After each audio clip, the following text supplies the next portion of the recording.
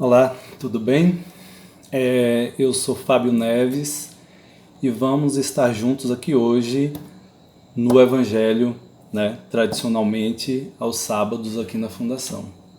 Para iniciar, vamos fazer uma prece e eu queria fazer uma prece de alguma forma diferente, uma prece através da arte, que possa nos tocar.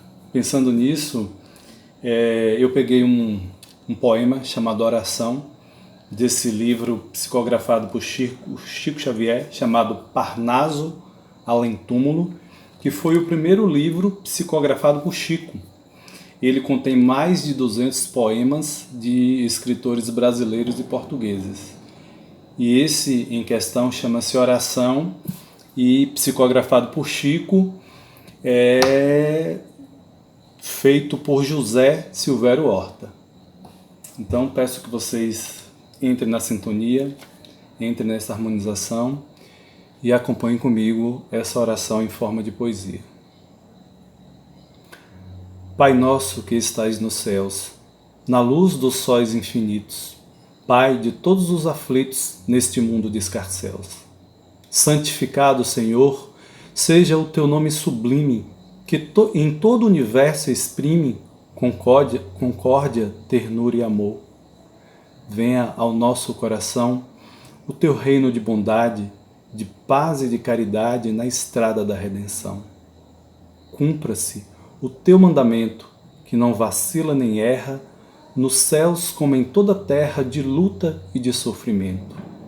Evita-nos todo mal, dai-nos o pão no caminho, feito de luz no carinho do pão espiritual. Perdoa-nos, Senhor, nossos débitos tenebrosos, de passados escabrosos, de iniquidade e de dor, e auxilia-nos também nos sentimentos cristãos a amar os nossos irmãos que vivem longe do bem. Com a proteção de Jesus, livrai a nossa alma do erro, nesse mundo de desterro, distante da vossa luz.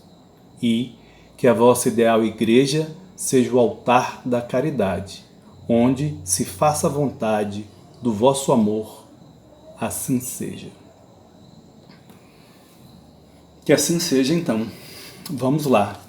Hoje nós vamos falar sobre o capítulo 4 do Evangelho segundo o Espiritismo, que é o capítulo 4, ele tem como título o seguinte: ninguém pode ver o reino de Deus se não nascer de novo. E eu quero ler aqui para vocês, para a gente começar a iniciar esse bate-papo, o item 25, que tem o seguinte título: Necessidade da Encarnação. E diz assim, começa com uma pergunta: a encarnação é uma punição? E não há senão espíritos culpados que a ela estejam obrigados? Isso é uma pergunta. E aí o autor escreve: a passagem dos espíritos pela vida corporal é necessária para que se possam cumprir, com a ajuda de uma ação material, os desígnios cuja execução Deus lhe confiou. Ela é necessária a eles mesmos porque a atividade que são obrigados a desempenhar ajuda o desenvolvimento da sua inteligência. Deus, sendo soberanamente justo, deve considerar igualmente a todos os seus filhos. É por isso que dá a todos o mesmo ponto de partida, a mesma aptidão, as mesmas obrigações a cumprir e a mesma liberdade de agir. Todo privilégio seria uma preferência, e toda preferência uma injustiça. Mas a encarnação não é, para todos os espíritos, senão um estado transitório. É uma tarefa que Deus lhes impõe na sua entrada na vida, como primeira prova do uso que farão de seu livre arbítrio. Aqueles que cumprem essa tarefa com zelo vencem rapidamente e menos penosamente seus primeiros degraus da iniciação e gozam mais cedo os frutos dos seus trabalhos. Aqueles, ao contrário, que fazem mau uso da liberdade que Deus lhe concede, retardam seu adiantamento. É assim que, por sua obstinação, podem prolongar indefinidamente a necessidade de se encarnar, e é então que a encarnação se torna um castigo. Esse foi o item 25, escrito por São Luís, Paris, 1859. Bem, para a gente iniciar, eu quando leio um texto, eu gosto muito de saber quem foi que escreveu, né? Assim, e nós percebemos que dentro da literatura espírita se tem muitos autores oriundos da Igreja Católica, né? Como é o caso desse aqui, São Luís. E aí eu tive a curiosidade de pensar quem foi São Luís, né? Como é que um santo da Igreja Católica veio ajudar a criar essa literatura espírita lá no início, com Kardec, inclusive, além de responder essa questão específica desse capítulo 4, ele também responde outras questões em outros capítulos do próprio Evangelho segundo o Espiritismo, como também de outras obras, né? Ele tem trabalho no Livro dos Médiuns, Céu e Inferno, no Livro dos Espíritos. Inclusive, a última pergunta do Livro dos Espíritos é respondida por São Luís. E quem foi São Luís? São Luís foi um rei, né? Ele era Luís IX, rei da França, que tomou posse, ele foi coroado em 1226, se eu não me engano, 1226, com apenas 12 anos, né? Esperou alcançar a maioridade e foi conduzido por esse caminho por sua mãe, né? Que fez com que ele se tornasse, né?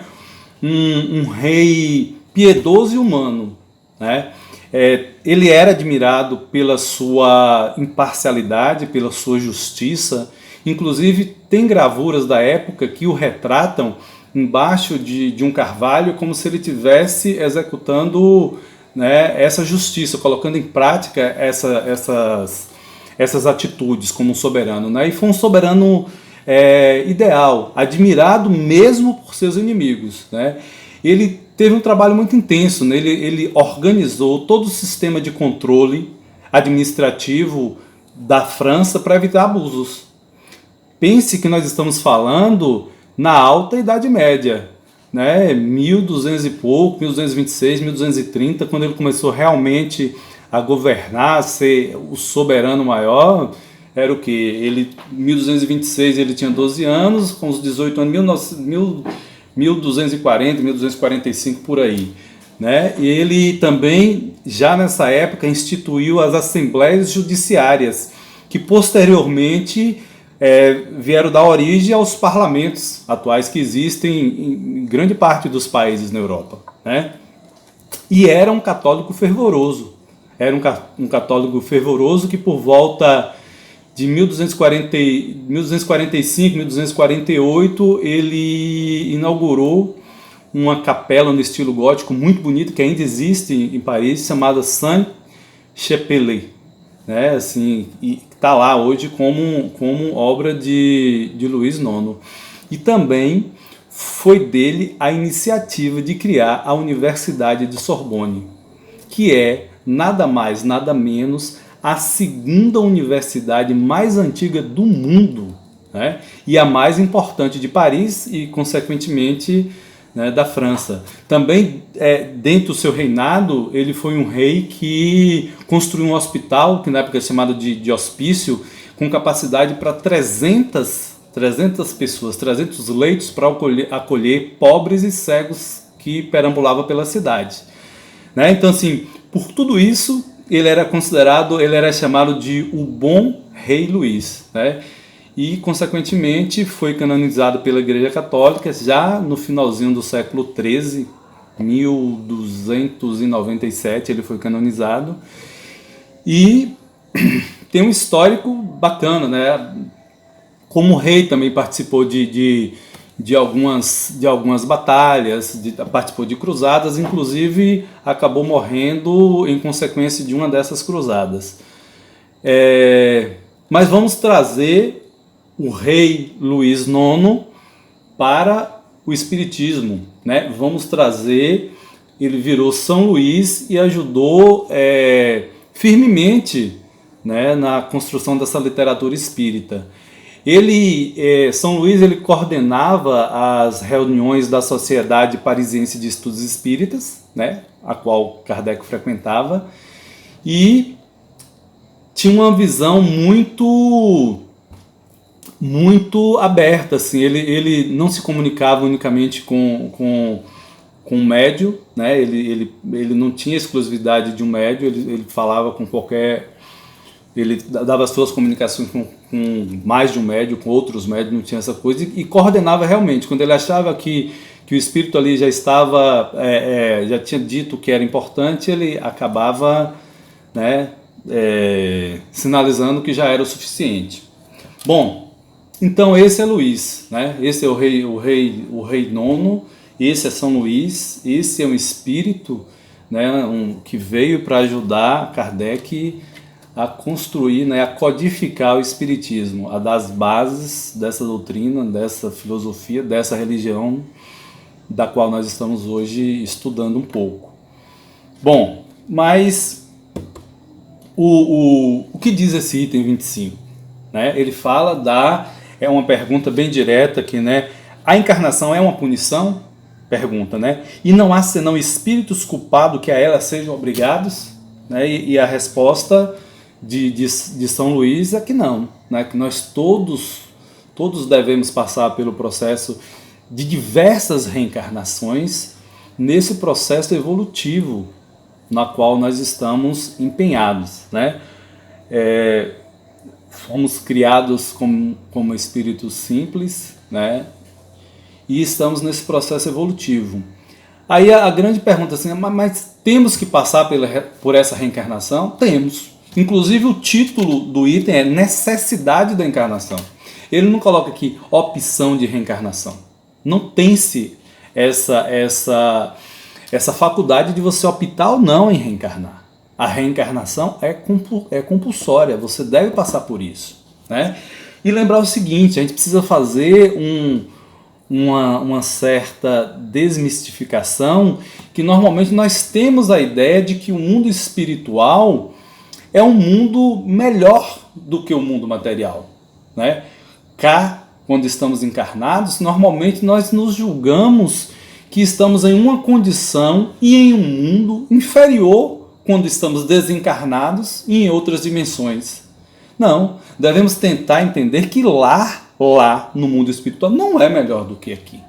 Cada um tem as suas características, tá? E também precisamos começar a integrar essa ideia de que nós encarnados não somos inferiores, nem somos mais limitados do que os nossos irmãos desencarnados. O espírito desencarnado é um ser humano como nós, só que não está utilizando de um corpo físico, de um corpo material, no momento que se encontra em outra dimensão.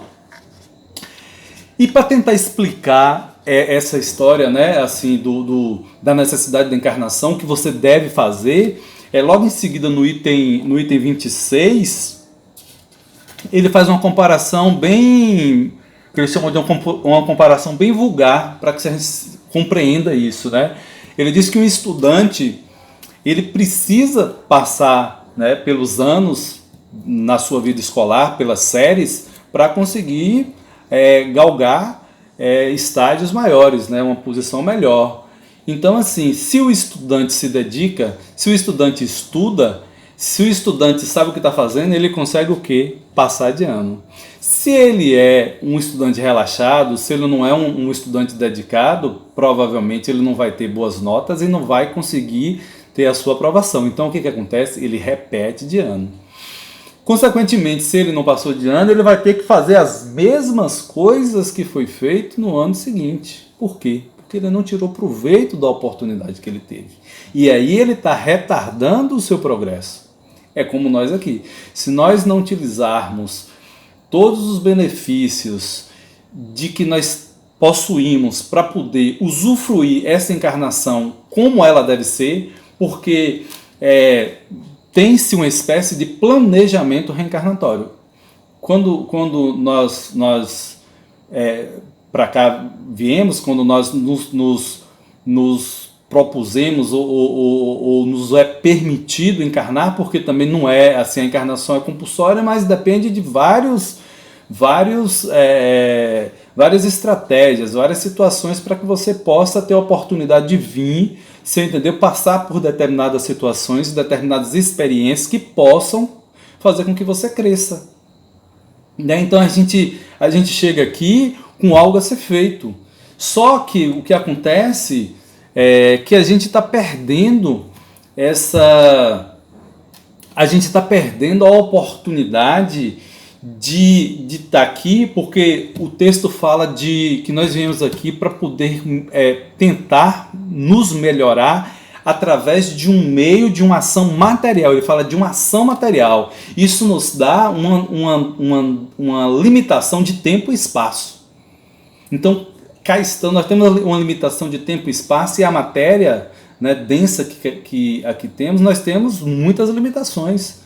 O espírito, quando ele está desencarnado, ele tem ele tem uma fluidez, ele é mais etéreo, ele consegue, você entendeu, vivenciar outras situações. Então aqui a gente chega para reencarnar, para tentar fazer o quê? Desenvolver a nossa moralidade, né?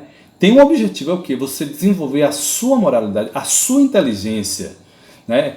Quando você cá está, nesse processo de reencarnação, você está aqui para aprender e também para ensinar. É um processo de troca, né? Porque não tem quem já saiba tudo que não possa aprender alguma coisa.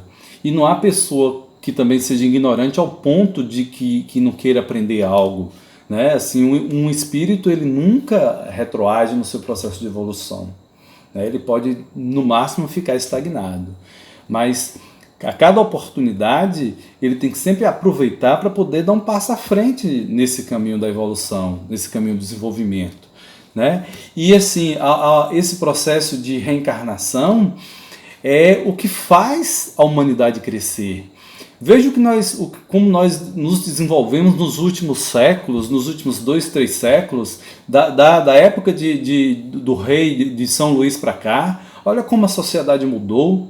Tá? Então cada um que aqui chega com uma bagagem de inteligência, chega com uma bagagem de moralidade e começa a dar continuidade na história da humanidade. Então esse processo de reencarnação também nos dá a oportunidade de exercer aquilo que Deus disse que nós somos. Vós sois Deus, vós também podeis criar. Então nós somos co-criadores das obras divinas. Então aqui estamos, nós temos que desenvolver essa habilidade, né? Então precisamos tirar proveito da oportunidade que estamos, né? Desenvolver a nossa inteligência, né? O humano, nesse estágio de homem, de humano, é que nós podemos usufruir o máximo possível do desenvolvimento da inteligência. Tem uma frase muito bacana que eu até separei aqui de Leon Denis, que ele diz assim, ó: na planta a inteligência dormita, no animal sonha, só no homem acorda, conhece-se, possui-se, torna-se consciente. A partir daí, o progresso de alguma sorte fatal nas formas inferiores da natureza só se pode realizar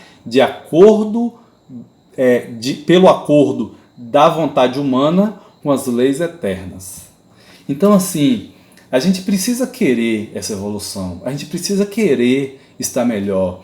Só que quando aqui nós temos talvez um planejamento reencarnatório, temos algumas situações que precisamos passar, mas nós chegamos aqui com o esquecimento de tudo isso.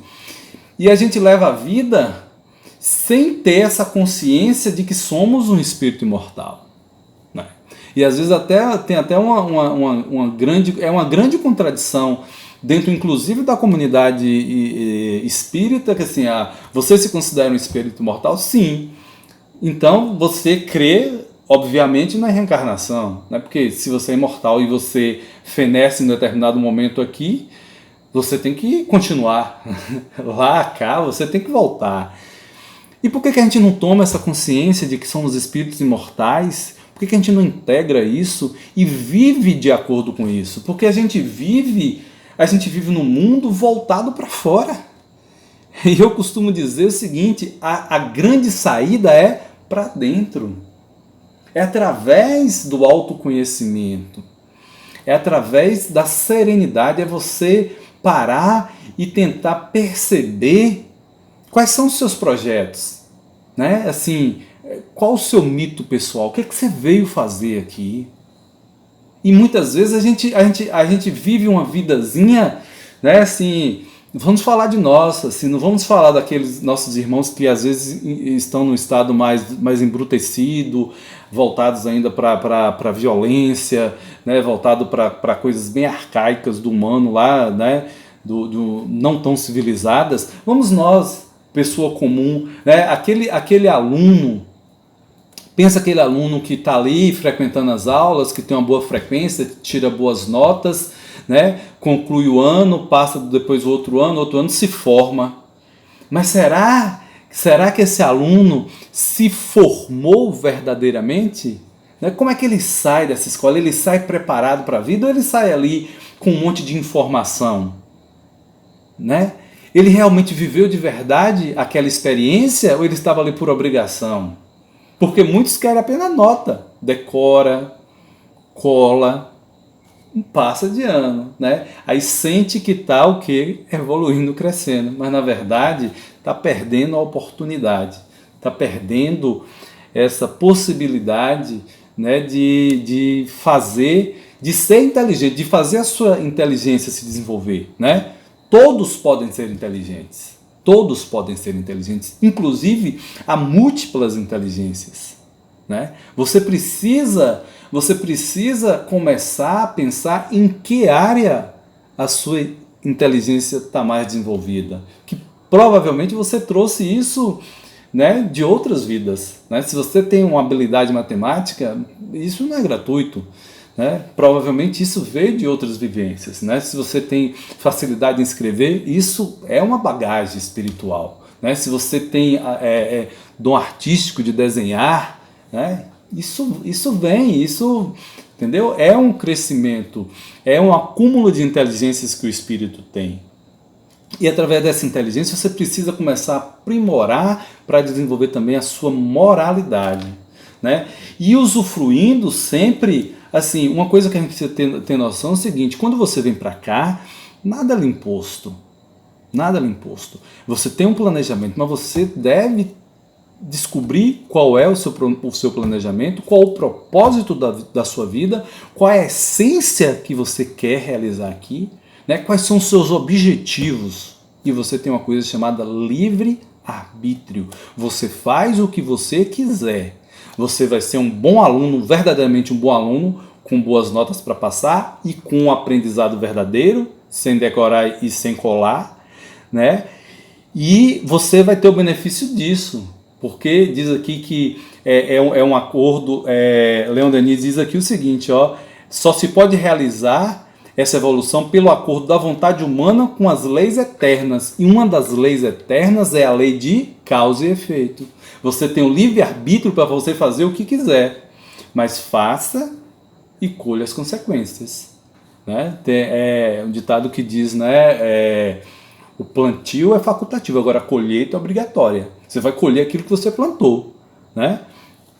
E hoje, quem é você hoje? Por que você está aqui hoje, desse jeito que você é? Por que eu sou assim hoje? Pelo que eu construí no passado, em outras vidas, em outras encarnações. Né? Então, eu sou aquilo que eu fiz de mim. Né? Eu estou aqui nessa condição hoje por conta do meu livre-arbítrio e por conta da lei de causa e efeito. Né? Eu construí essa minha realidade hoje. Então, se eu tenho essa consciência e se eu ainda estou aqui no mundo não tão evoluído, né? Se a Terra ainda é esse ambiente com tantas hostilidades, com tantas dificuldades, e sabemos, pois, que existem mundos tão melhores, né? Tão mais evoluídos que poderíamos estar lá, aí eu pergunto para você, Se você sabe que hoje você é o resultado do que você fez no passado, o que você quer ser no futuro? Será que você já não precisa integrar essa consciência de começar a construir as suas próximas reencarnações? Né? Então, assim, eu sou aquilo que eu faço. Né? Eu sou aquilo que eu faço. Eu vou fazer e vou sofrer as consequências disso. Então está na hora da gente o quê? Voltar-se, a saída é para dentro. Voltar-se para nós mesmos e começar a entender qual é o nosso propósito. E a começar a tentar colocá-lo em prática e a construir o próximo passo, a próxima série do aluno, a nossa próxima encarnação. É isso que não nos faz ser um aluno repetente. É isso que nos dá a oportunidade, quem sabe até de reencarnar em mundos melhores, né? De conseguir acelerar esse nosso processo evolutivo, esse nosso processo de crescimento espiritual. E outra coisa, às vezes, a gente está aqui, a gente tem um propósito de vida, a gente veio com um planejamento, só que a gente não se conhece, né? Falta autoconhecimento, né? Falta você autorrealizar-se. E aí a gente vai naquele caminho errado, cumprindo as funções sociais, né? Voltado para o material, voltado para o externo, voltado para a imagem, e esquece a sua essência. Aí você vai, de repente vem uma porrada da vida, né? A vida lhe dá uma cacetada, no meio do caminho tem uma pedra, né? Tem uma pedra no meio do caminho, nosso grande Drummond. E aí às vezes a gente com o olhar pequeno, com a visão curta, estreita, né? Materialista, a gente enxerga aquele fato como algo ruim para a nossa vida. E na verdade a providência divina, né? É a orquestra do universo tentando nos falar: você está no caminho errado, volta aqui, né? Dá um tapa, vá, saia disso aí. Né? Então assim, às vezes grandes problemas nos trazem grandes soluções. Né? A gente passa às vezes por determinadas dificuldades que nos esclarecem muito. Recentemente eu passei por um momento muito difícil, né? Muito complicado na minha vida, de questionar várias coisas, assim, muito sofrimento, entrei num estado de autocrítica, de angústia, né, e tal, e enquanto eu estava ali naquele momento sofrendo, puxa, eu falei: mas por que isso? Né? Aí, assim, pra que, né? Veio aquela pergunta: pra que eu estou passando por isso? E hoje, quando esse fato já está um pouco mais distante, eu olho para trás e falo: puxa, como aquilo foi positivo para me tirar daquele caminho que não era o correto, que não era o ideal para mim. Então assim, a gente precisa ter um distanciamento das coisas, né? Olhar, ter uma visão mais ampla, se afastar das coisas e tentar enxergar, né? Porque às vezes a gente acha que a nossa vida se resume a isso aqui. Aí você tá botando por terra toda a teoria do espírito imortal e da reencarnação. Então você não acredita. Se você está olhando só para aqui, para os problemas de agora, não, você precisa passar por essas dificuldades para você se aprimorar. O objetivo é esse. Né? Porque a gente acha que o mundo é injusto, o mundo é imperfeito, a nossa vida é injusta, a nossa vida é imperfeita. Peraí, está errado. Deus não é justo e misericordioso? Por que ele criaria um mundo imperfeito e injusto? Não, a injustiça está na nossa forma de enxergar as coisas. A gente está olhando da maneira errada, a gente está olhando só para o momento, a fotografia aqui e ali, ó, é essa realidadezinha aqui. Não, a gente precisa ampliar, né? Vai abrindo, vai abrindo, vai abrindo, vai abrindo. Aí você percebe, talvez uma hora que você esteja no plano espiritual, você olha aquela minha vida ali naquele determinado período de tempo e espaço. Lembra que você veio aqui para se desenvolver através de uma ação material? Então assim, naquele momento ali, naquele tempo, naquele espaço, eu precisei passar por aquilo. Foi uma tribulação, mas eu ganhei muito com aquilo. Né? Eu ganhei muito com aquilo. Porque o bom aluno que passa com méritos, ele tem objetivos, ele tem trabalho, né? Ele tem que estudar, ele tem que se dedicar para realmente passar com mérito. O mau aluno, como diz lá no item 26 do Evangelho, Ele pode decorar, ele pode colar e ele passa. Mas e aí? Viveu as experiências, teve o trabalho, né, esteve imerso naquele objetivo de passar de ano, se envolveu com aquilo, né, encontrou a saída para dentro, para perceber que realmente ele precisava se dedicar àquilo, ou era apenas uma coisa de fachada? Né? Então, assim, hoje a gente vive uma realidade. Você pergunta, quem construiu? Quem construiu foi você. Né? Eu não vivo com quem eu quero, eu vivo com quem eu preciso. Né? Isso por quê? Porque você exerceu o seu livre-arbítrio lá atrás. Teve um planejamento. Você está aqui agora, às vezes você está aqui convivendo com uma pessoa, às vezes você está numa família que tem aquela ovelha negra, aquela pessoa, né, trabalhosa, aquela pessoa toda complicada, toda bagunçada, né, e você se pergunta assim, meu Deus do céu, por que eu tô nessa família com essa criatura? Porque às vezes pode ser que aquela criatura toda confusa, toda desequilibrada, está desse jeito, inclusive por uma ação sua de uma outra vida. Não é que você está aqui agora para poder reparar isso, para poder vivenciar de outra forma, para poder ressignificar isso. Né? Então, assim, não é à toa que você está convivendo com ele. Agora, você precisa ter essa percepção. A saída é para dentro. Se observe o próximo. Né? E a gente precisa perceber assim, como nós estamos criando os nossos filhos. Por exemplo, a gente tem que olhar para uma criança com um olhar mais amplo, né? Assim, às vezes a gente quer que era comum no passado, por exemplo, não, meu filho vai ser médico. É uma boa profissão, é uma bela profissão, ganha dinheiro, tem status social, meu filho vai ser médico. E aí, assim, encaminha a vida do filho para ser médico. Talvez lembra que eu falei das múltiplas inteligências? Todos podem ser inteligentes de diversas maneiras. Talvez aquela inteligência não era para a área biológica, não era para ser médico, né? Talvez ali era para ser um artista.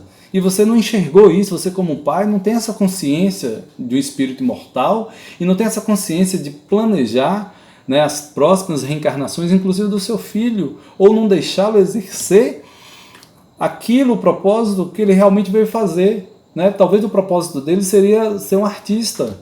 E aí, de repente, hoje nós temos aí possivelmente uma multidão de médicos frustrados, né? Que tem status, tem posição social, tem dinheiro, tem bens materiais, mas não tem realização, não tem propósito. Né? Chega um determinado ponto da vida e se pergunta, e aí? E agora, José? Né? E agora, José? Fazer o quê? Fazer o quê? Né? Por quê? Porque trilhou o caminho errado. Né? Não deixaram com que ele exercesse o verdadeiro planejamento que ele poderia ter tido. Então a gente precisa ver isso. Então, assim, nem tudo que vem de ruim na nossa vida é para nos prejudicar. Né? Uma crise é sempre bom. Estamos passando agora por uma crise mundial, né? Na saúde, consequentemente na economia. Tem um ditado que diz que são nas crises que se constrói as grandes fortunas. Né? Então, assim, nem tudo é facilidade. Né? E eu costumo pensar, eu sou aluno da ULI, né, lá na Fundação Harmonia, e nós temos as aulas que as pessoas que dão aula são chamadas de facilitadores. Né? E eu costumo pensar assim, pô, não, quando a aula é boa e o cara facilita, né, e quando me dá tudo mastigadinho, eu falo, poxa, olha aí, hoje não foi um dia assim, eu aprendi aquilo que estava óbvio, facilitou demais. Eu gosto quando a pessoa que está dando aula é um complicador.